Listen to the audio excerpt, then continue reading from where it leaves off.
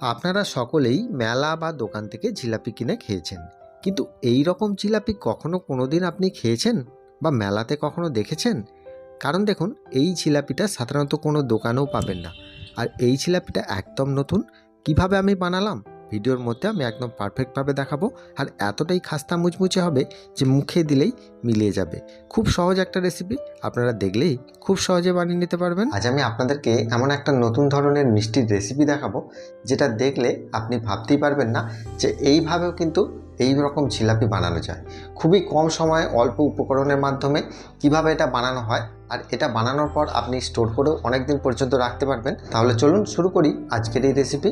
তাহলে এই রেসিপিটা বানানোর জন্য সবার প্রথমে আমি এখানে একটা ময়দার ডো তৈরি করব।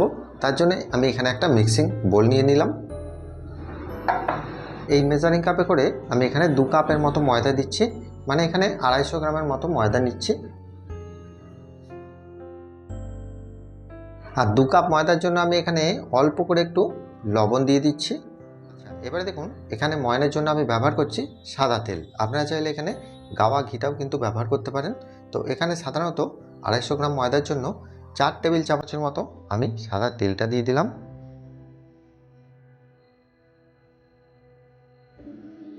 এটা সাধারণত ওজন করলে দেখবেন 50 থেকে 60 গ্রামের মধ্যেই কিন্তু হবে। এবার এখানে আমি দিয়ে দিচ্ছি বেকিং সোডা, বেকিং পাউডার নয় কিন্তু বেকিং সোডা। এখানে সাধারণত দেখতে পাচ্ছেন এই চামচটায় করে আমি নিয়েছি 1 চা চামচের 4 ভাগের 1 ভাগ। আচ্ছা, এবারে দেখুন এই সমস্ত উপকরণগুলো দিয়ে ময়দাটাকে খুব ভালো করে একবার ময়ান দিয়ে নিতে হবে। আচ্ছা, এবারে দেখুন খুব ভালো করে কিন্তু এখানে ময়ানটা দেওয়া হয়েছে, আপনারা নিশ্চয়ই দেখে বুঝতে পারছেন।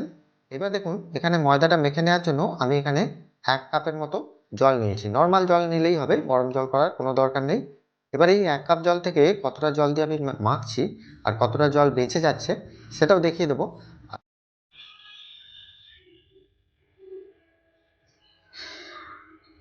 এটাকে একটু অল্প অল্প করে জল দিয়েই মাখতে হবে, কারণ দেখুন খুব বেশি নরম হয়ে গেলে আবার একটু অসুবিধা হবে। এটাকে কিন্তু সাধারণত একটু মিডিয়ামভাবে মেখে নিতে হবে। এই ময়দাটাকে আমি খুব সুন্দরভাবে কিন্তু মেখে নিয়েছি। খুব বেশি নরমও নয়, আবার খুব বেশি শক্তও নয়। দেখতেই পাচ্ছেন এরকমভাবে মেখে আমি কিন্তু রেখে দিচ্ছি। এটা মাখতে আমার জলটা লেগেছে সাধারণত 1 কাপ জল থেকে হাফ কাপের কিছুটা বেশি লেগেছে, অল্প একটু কিন্তু বেঁচে গেছে। এটা আমি সরিয়ে দিচ্ছি। এটাকে আমি একটু ঢাকা দিয়ে রেখে দেবো রেস্টে। 5 মিনিটের মতো একটু রেস্টে রেখে দিলে এটা সেট হয়ে যাবে। আচ্ছা, এবারে দেখুন চিনির রসটা আমি তৈরি করে নিচ্ছি। আচ্ছা, এখানে সাধারণত যে মেজারিং কাপে মেপে আমি ময়দাটা নিয়েছিলাম 2 কাপ, সেই মেজারিং কাপেতেই আমি নিয়ে নিচ্ছি 1 কাপের মতো চিনি। আর এখানে জলটা দিয়ে দিচ্ছি, দেখুন হাফ কাপ জল। দেখতে পাচ্ছেন হাফ কাপ জল আমি এখানে দিয়ে দিলাম। এবারে চিনি আর জলটাকে খুব সুন্দর গুলিয়ে আমি একটা রস তৈরি করে নিচ্ছি। এবারে দেখুন চিনি আর জলটা গুলে নেওয়ার পর দেখুন রসটা এখানে তৈরি হয়ে গেছে। আর এখানে কিন্তু আমরা পাক দেব না, এরকম ফুটে গেলেই আমরা গ্যাসের ফ্লেমটাকে অফ করে দেব। আর যদি রসটাকে হাতে নিয়ে দেখেন, দেখবেন মিডিয়াম টাইপের একটু মোটা টাইপের রস। আচ্ছা, চিনির রসটা তৈরি করে নেওয়ার পর এতে আপনারা একটু লেবুর রস দিতে পারেন। লেবুর রসটা দিলে কি হয়, রসটা খুব সহজে কিন্তু জমে যায় না। এবারে দেখুন এই ময়দার ডোটাকে আমি এখানে নিয়ে নিচ্ছি। 5 মিনিট আমি রেস্টে রেখেছিলাম। এবারে ঢাকাটা আমি সরিয়ে দিলাম। আগের থেকে কিন্তু অনেকটা সফট হয়ে গেছে, দেখতেই পাচ্ছেন। এবার এটাকে আমি এই জায়গাটার মধ্যে আমি নিয়ে নিলাম। এবারে দেখুন ময়দাটাকে একবার ভালো করে কিন্তু এটাকে মেখে নিতে হবে। মেখে নিলে দেখবেন আগের থেকে কিন্তু অনেকটা সফট হয়ে যাবে। এবারে দেখুন এই ডোটা থেকে আমি 4টে ভাগে ভাগ করে নেব। এবারে এগুলো থেকে আমি গুচি তৈরি করে নিচ্ছি।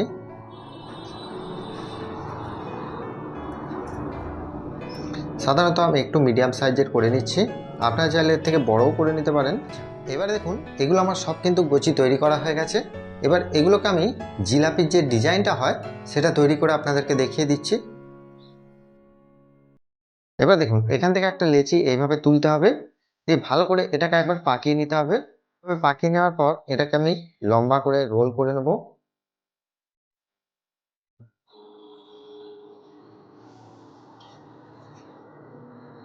দেখতেই পাচ্ছেন আমি এটা কিভাবে করে নিয়েছি, একটু লম্বা করেই করে নিলাম এরকম।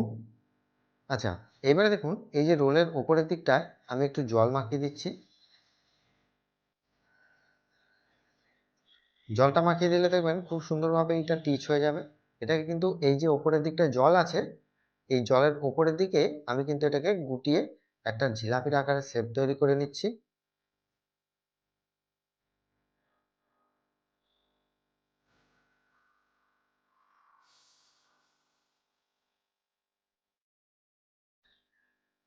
এইরকমভাবে জিলাপির আকার দিয়ে দেওয়ার পর এই যে সাইডের অংশটায় ওখানটায় কিন্তু জয়েন করতে হবে। তার জন্য দেখে নেবেন জল আছে কিনা।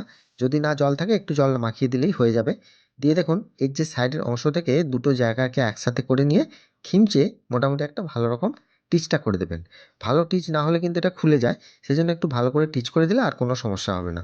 দেখুন কত সুন্দরভাবে জিলিপিগুলো আমার তৈরি হয়ে যাচ্ছে।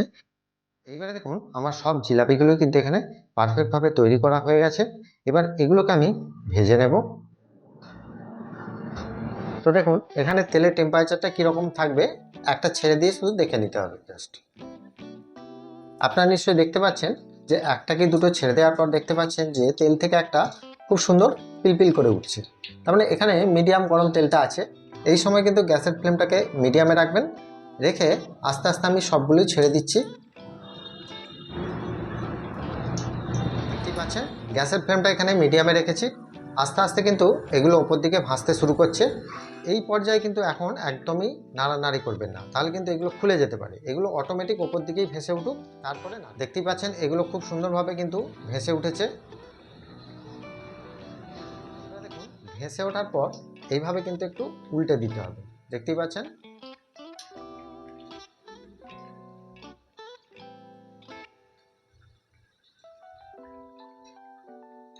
আচ্ছা, এবারে দেখতে পাচ্ছেন এটা কিন্তু খুব সুন্দর ভাজা হয়ে গেছে, লাল লাল কালারও এসে গেছে। এই মুহূর্তে গ্যাসের ফ্লেমটাকে একটু বাড়িয়ে দেবো, 30 সেকেন্ডের মতো বাড়িয়ে দিচ্ছি। দিয়ে এটাকে আমি তুলে নিচ্ছি।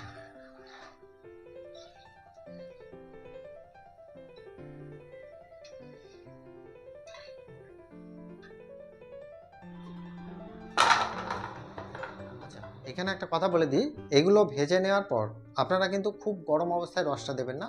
একটু মিডিয়াম ঠান্ডা হয়ে গেলে বা খুব ঠান্ডা হয়ে গেলেও কোনো সমস্যা নেই, ঠান্ডা অবস্থায় রসটা দেবেন। আর এখানে এই যে এটা ভাজা হয়ে গেল, এটাকে কিন্তু আপনারা সব যদি একসাথে চিনির রস নাও দেন, সেক্ষেত্রে আপনারা এটাকে যদি স্টোর করে রেখে দেন, এটা কিন্তু 3 মাস পর্যন্ত আপনাদের বাড়িতে ভালো থাকবে। এবারে দেখুন এখানে রসটা কিন্তু আমি অনেকক্ষণ তৈরি করে রেখে দিয়েছি। এইরকম মিডিয়াম গরম যখন থাকবে তখনই আমি এই জিলাপিগুলো এর মধ্যে ডোবাবো। এবারে দেখুন এখানে জিলাপিগুলো কিন্তু সম্পূর্ণ ঠান্ডা হয়ে গেছে। এবার এগুলোকে আমি যতটা পরিমাণ রস থাকবে সেই অনুযায়ী কিন্তু আমি এখানে জিলাপিগুলো দিয়ে দেব।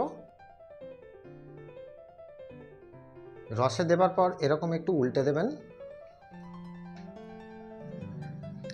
জাস্ট এটা 1 মিনিটের মতো রাখলেই দেখবেন খুব সুন্দর রসটা ঢুকে যাবে। আর চামচে করে এইভাবে একটু রসটা দিয়ে দেবেন।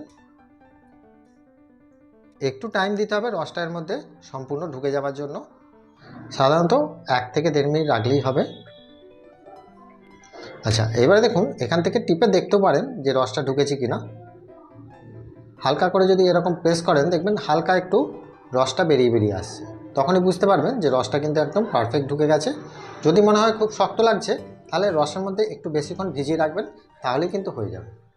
আচ্ছা, এবারে দেখুন এগুলোকে আমি ছেঁকে তুলে নিচ্ছি।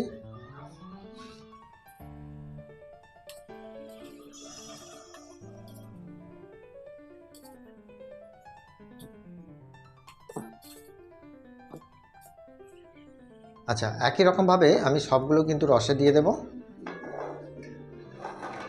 এইবারে দেখুন জিলিপিগুলো রস দিয়ে আমি এক্সেস রসটা ঝরিয়ে নিয়ে একটা প্লেটে সাজিয়ে নিয়েছি। দেখতে পাচ্ছেন কত সুন্দর দেখতে হয়েছে। এবারে ভিডিওটা দেখার আগে আপনি হয়তো ভাবছিলেন যে হয়তো এটা অনেক জটিল একটা ব্যাপার, কিন্তু এই ভিডিওটা দেখার পর আপনার কি মনে হচ্ছে যে এটা কি জটিল ব্যাপার? খুবই সিম্পল ব্যাপার, আর অল্প উপকরণে কম খরচের মাধ্যমে আপনি যখন তখন এটা বানিয়ে খেতে পারবেন আর সংরক্ষণও করে রাখতে পারবেন। দেখুন খাস্তাটা শুধু দেখে নিন কত মচমচে হয়েছে, ভেতরেও কিন্তু রসটা দেখা যাচ্ছে।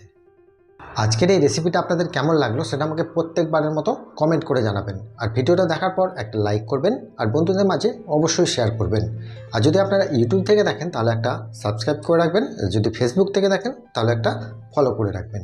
ভালো থাকবেন, সুস্থ থাকবেন। দেখা হচ্ছে আবার অন্য কোনো মিষ্টি রেসিপি নিয়ে। নমস্কার।